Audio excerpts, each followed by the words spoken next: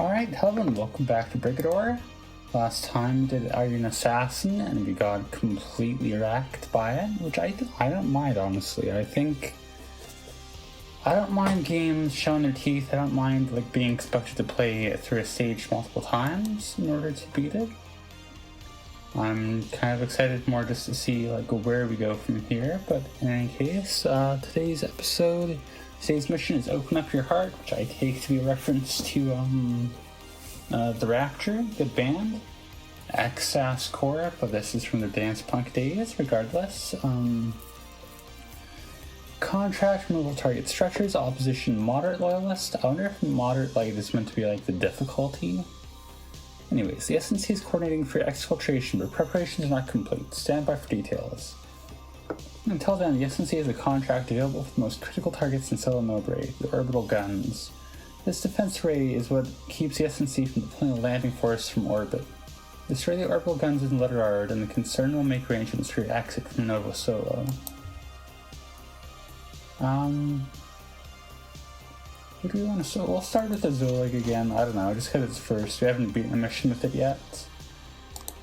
Oh, I don't really know what to expect from this mission, so we'll kind of just wait for the get a read on it first. But I'm kind of the worst with Alto.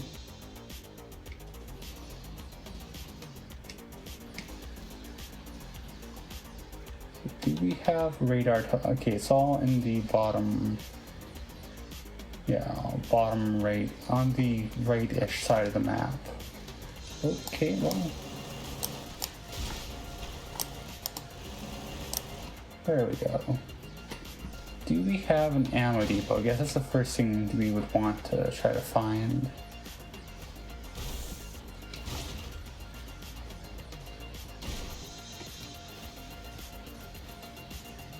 Although, I guess my current plan is just kind of wander around and hope.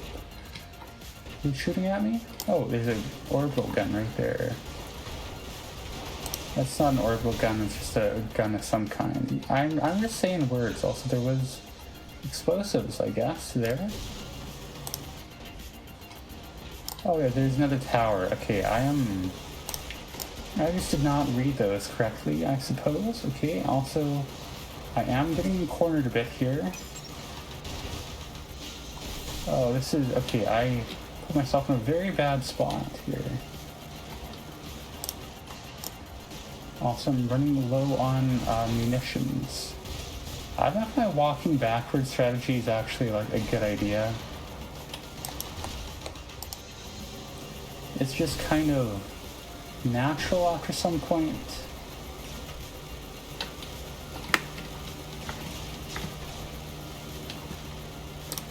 Oh yeah, we are also running low on ammo because I keep just kind of... My strategy of just shooting vaguely at opponents, hoping something good to happen, does not seem to be working out in my favor very much. And I'm out of weapons. Alright, well, let's look for a depot. I think I have kind of screwed it on this one, I'm gonna be real. As is often the case on the first playthrough, but I mean, it says there's 4 depots, so...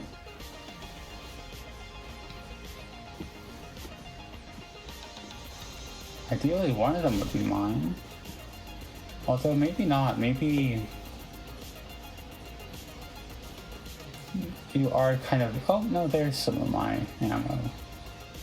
So maybe you are kind of expected to play as, one specific kind of person. Oh! So, this depot fills up both of mine. Are they both the same kind, or am I... Okay. Duly noted. I'm still probably gonna die because my health is so low, but at the very least I can do that, and I think that'll help to some extent.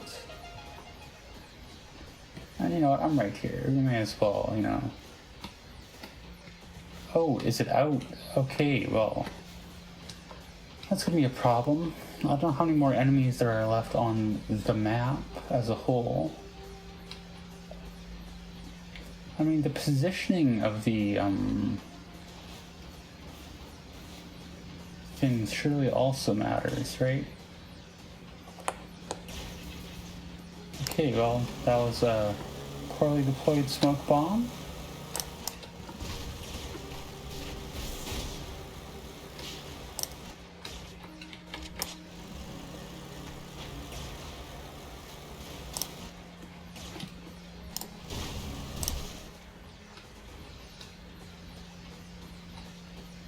Okay, can we destroy this with just foot stomps?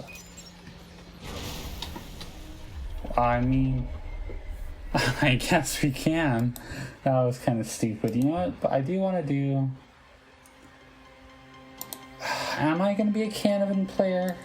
Am I going with the Canyon Arrow on every mission? Let's try it. Where is my... weaponry going to be? I don't know. Oh, well, there you go. It's right there. Just remember where you saw the things that you saw. Okay, right, I forget. The main aux, left click is a really good shot.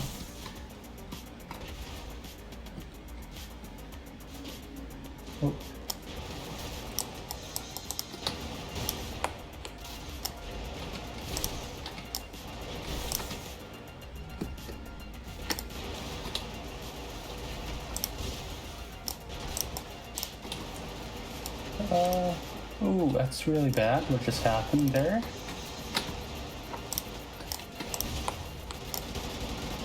Okay, it's a lot easier to get in. I think I'm really a big fan of maneuverability is what we're learning here. Being able to just like dodge bullets is really helpful. Also, as I should have expected, not taking these towers out before seems to be coming back to haunt me.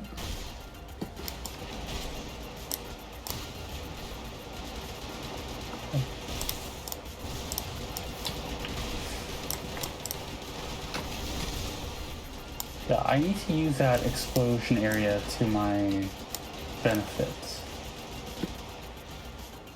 Okay, that went really poorly, I think. I can definitely do that a lot better if I just like think about what I'm doing next time. Easier said than done, but let's stay on the edge here. And let's accidentally run into a bunch of walls and stuff.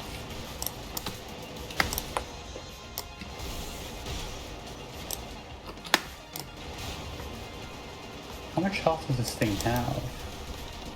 Oh.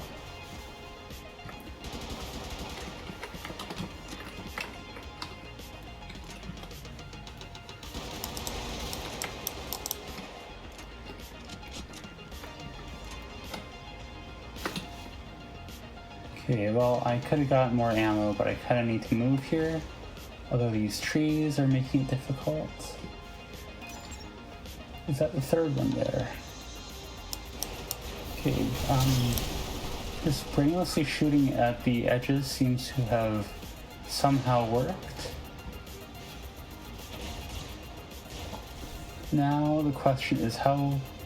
I don't know where the exit actually is. But our goal is to, yes, find our exit. Okay, it's indicated on the map. Just look with your eyes. Oh, geez, okay. Well, that was very much not smoothly done, but you know what? It was done. As much as I was complaining about your controls, I think I kind of need the mobility, so I think I'm gonna be a snow main, I guess. I'm saying like it's a fighting game or something. But hey, we made it. And in the end, that's all that matters, right? I think that's the moral of this game.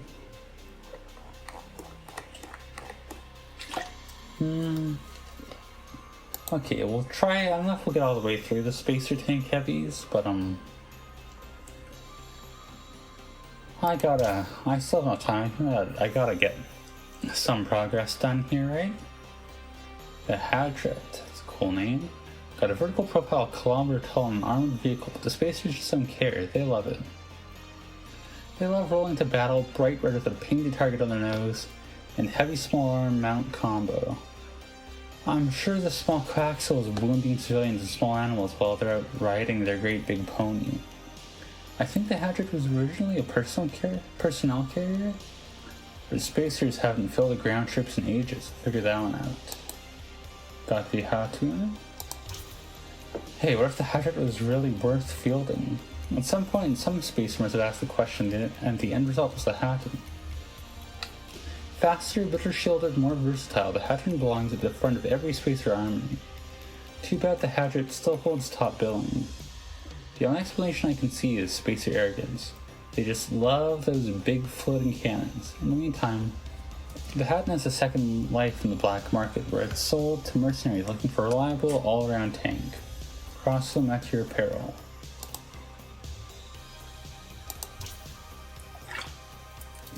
We got a Haseki. Like a hot-rodded retake of the Hadret Hatun design programs. The Haseki keeps all the bluster and vertical profile of the Hatun. It slathers on even more armor and shielding, while stripping everything that isn't vital, including the personnel carrier capabilities. Spacers have been steadily moving away from anything remotely resembling infantry for years now, and more towards designs like the Haseki, big, loud, and mean. We got the Quill. Upgun versions of a Rounder for fire support missions. Despite having so many components in common with the Rounder, Quills just aren't as versatile or useful in most fights, despite the increase in firepower. It's talked that this design was originally for the ultra-class Brunhilde and only later made it to Rounder hulls, which makes sense. There's just so little to user space or panache to this tank. Yeah, I think we will end today with a readout of the Rounder. From what I gathered in Spacer Arms procurement, which is not easy intel to come by, the Rounder is an older service model. Unusual for them to keep anything around. Then again, I hear Spacers are phasing out a lot of their famously weird ball tread vehicles gradually. They don't have a replacement tank for the Rounder. Easy to see why. It's better than the average Spacer design, with all their best features intact. Low profile, much more responsive than most tanks come. And alright, with that, we will end it there. I think today's mission went well, all things considered. I probably try to keep making alto or sing work, but you know, Snell is getting me there, it seems, so don't ask too many questions, I guess. But regardless, on that note, we will call it here, and as always, thank you for watching.